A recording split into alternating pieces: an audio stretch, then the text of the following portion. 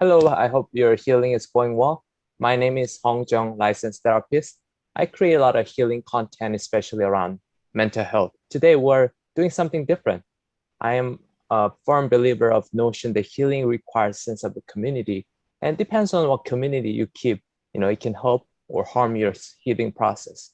I'm inviting Jessica Cunningham to this healing space, and we are here to listen to her healing journey and her insight and actionable tools.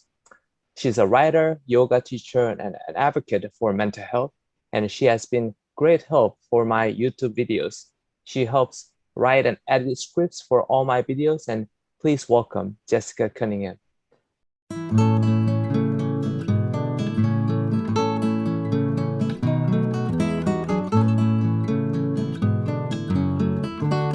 Yes, I'm really glad to be here. I'm excited to share a little bit about my story, and I'm very much an advocate for mental health. And, you know, um, there was a school shooting at my son's high school this year, and I really advocated for to make sure that teachers and students and even parents were getting, the proper mental health care and uh, learned about what trauma is, understood kind of what the symptoms of trauma, and I arranged for our PTA actually had some counselors come in and do a presentation for parents to look for signs of trauma for their children. And that's just one of the kind of things that I do, just advocating for mental health care. I would like to see a day when someone says, I need help, I need to see a therapist, I need medication, has as much stigma as someone saying, I have heart disease and I need to go see the cardiologist. I want there to be no stigma around that. No more stigma that we have when people have diabetes, cancer, lung disease, whatever. My other big role is I am a caregiver for my husband who has a very complicated brain disease, like having ALS, Parkinson's, and dementia. So being a caretaker, self-care, spending that time doing yoga and meditation is so important because I cannot be there for him or for my kids if I'm not well myself. So I like to start each morning not getting on Facebook, not turning the news on, because I used to start my day with that, and then I realized it was just not helpful. So, excuse me, I'm a huge tea drinker. That's kind of a sacred drink for me. And so I make it with tea leaves. So I pour myself a pot of tea. And then I have some daily readings. We attend a Methodist church, and we have daily readings from our church that I read. But I also have some daily reading books, something from Melody Beatty, and also some through the 12 steps. So I drink my tea, I do my readings. I also believe in the importance of journaling. It's helped me tremendously. And I've journaled my whole life. I have a journal about caring for my husband, so I can kind of see the progress and steps that I take. I have a journal on gratitude, and there's a lot of research, and you probably know this already, about practicing gratitude can like change patterns in your brain and change your attitude. It's really exciting. And then I have just a prayer journal, a spiritual journal. I just share things that are on my heart, people I care about, and stuff like that. So that's how I start my day each morning. There's one thing to be grateful and have a positive attitude, but then I think we do a lot of, I call it toxic positivity, where somebody's feeling sad and we're like, oh, just be happy. Just put a smile on your face. I was raised that way, it's okay. You don't need to be sad. Or, hey, I know this person that has it so much worse than you. You should feel happy. And that is not helpful. It causes the other person to suppress their feelings. And we need to honor people where they are, whether it is sad or angry, and say, sometimes we don't know what to say, but just being present and not saying anything, or just saying, I'm sorry you're going through that. You must feel really angry, and just honoring that. I wish we did more of that. It's okay to not be okay. I think there's a book titled that. Yes. Yeah. I'm curious about how do you change that pattern? Sounds like your family dynamic was different growing up, but now you have a new pattern to validate and support the family. Yes. So I grew up in New England and had a family from just a very strong English background. My great grandfather came from England, and it was just part of our culture that you just don't cry. You know, you don't Okay. cry, you don't have sad feelings. And so I spent a lot of time with my grandparents, and I remember even having ear infections that were painful, and my grandmother telling me to stop crying, get over it. So to be honest, after college, I went through a really serious depression, and I had to go into treatment for that inpatient. Mm. It was there that I kind of started to learn how to do things differently, and that Oh, I kind of learned to identify depression, because for so many years I had just stuffed my feelings, you know, and to start to understand that in my early 20s, I think has really set me on a path for doing things differently myself, but also with my children.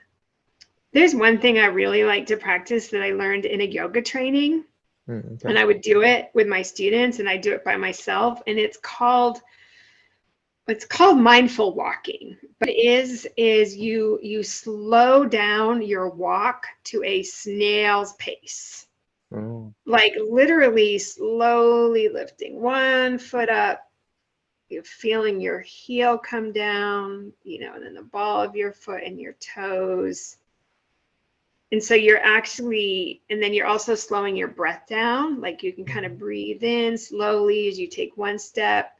So, and then like feeling that first foot on the ground and then slowly lifting up. And it's really, really hard to do because oh we're yes. not trained.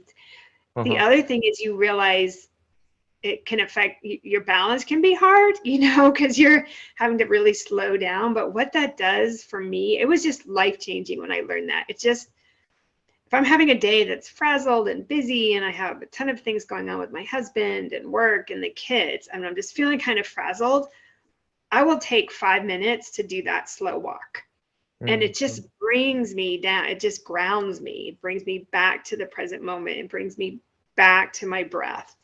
okay. And I'm able to think a lot more clearly, you know, and kind of slow down and let all the frazzle dazzle of the day just leave me. So this is one tool. I try to Mm, take, even though I'm not actively teaching yoga, I may go back someday, and I do okay. practice yoga every day. That's so important to me. Yeah. Sometimes we are stuck in our minds. How do we become embodied and just notice every movements that we're engaging? I guess that's really important. It's one way to come back to the present moment, because our Yes, body is the sort of the powerhouse of what's really happening. Is that exactly. that's a very powerful skill. But Yes, so that was an interesting time. I found out just through a routine mammogram. I have no family history, literally have no risk factors. You know, when you read things like this is what you can do to avoid cancer, I've always eaten very healthy, a lot of organics. I've always exercised my whole life. I don't drink very much. I've never smoked. I use sunscreen. So when I got that call that I had cancer, it was just mind boggling, mind blowing. mm, And at the same time, Huntington's disease, which my husband has, can be psychiatric. So my husband was starting to literally spin out of control and started behaving in these ways that were kind of crazy.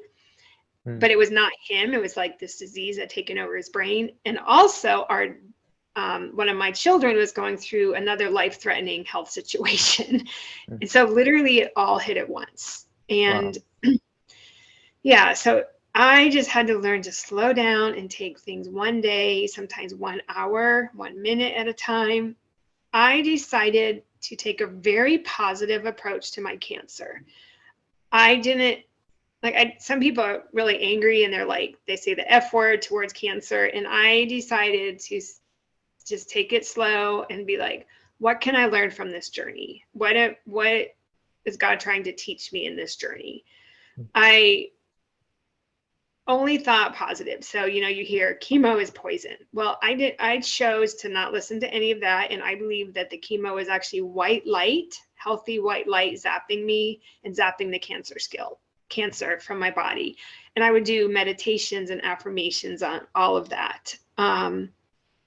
So I just took a really positive attitude. It's interesting, when I finished my chemo, then a nurse at the of the oncology office, she said she had never seen someone heal or come out of chemo so healthy. My skin was healthy. I mean, and then even though my hair came out, my hairstylist said she's never seen someone's hair grow back so full and healthy. So I really believe it made a difference. I did a lot of affirmations in preparation for, I had a single mastectomy. And I just really focused on having a positive attitude, because I had so much in my life that I couldn't control, like the situation with my child and the situation with my husband. But what I could control was my attitude. Oh, like I said, taking care of my husband, self-care is so important. And I'm lucky that my primary care doctor always reminds me when I go to see him. He's like, what are you doing? How are you taking care of yourself? And it's on so many levels. Okay, so I have this thing, the friend called it, and it's called Self-Care Saturdays, and it doesn't have to be on a Saturday. It's where I take anywhere from 30 minutes to 2 hours to do some self-care, like paint my nails, give myself a facial, take a long bubble bath, do some yoga. But I'm totally devoted to my own care. I'm very fortunate. We have long-term care insurance, so we do have a caretaker with my husband during the day. So I'm able to take this time. There's a lot of research about being outdoors and nature and how it can affect you. So I live in Texas. It's unbearably hot in the summer. But when the weather's nice, I love to ride my bike. I love to go on hikes, even do yoga outside, because that, you kind of feel the earth beneath you. So I think that, and just, I love reading. I have some favorite TV shows. So just not only taking the time to do that, but also giving myself permission, because we live in, again, a culture like do, and so there's sometimes I'll feel guilt, I need to be getting this work done. I need to be doing this for my husband. And I think part of this journey is learning how to let go of that and let go of that guilt, let go of that I have to do this, and say, no, like, I have to take care of myself right now. Journey with gratitude. Because life is a journey. This isn't a journey. And, I feel like with what I've gone through, like, suffering is part of the human experience. We all suffer, some a lot more than others, like the people in Ukraine right now, and some less. And how our suffering, like how much we suffer, can really be determined, the level, by our self-care. How do we take care of ourselves? What's our attitude?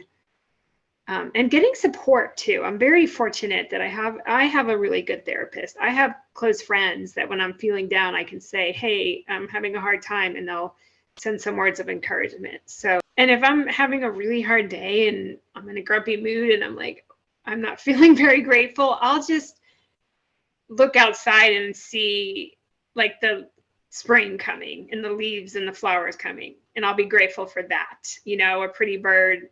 You can find something really small, like your newspaper got delivered, or just something small, and focus on that. It doesn't have to be a big thing. Yeah. That's something that we're missing. So how do we notice that and experience that, sort of the moment by moment experience? Being mindful. Yeah. All right, so we'll finish here, and I appreciate your time. And, thank you. Yeah, and if time allows, we can have another interview like that. I would love that. Really appreciate this time with you. Thank you.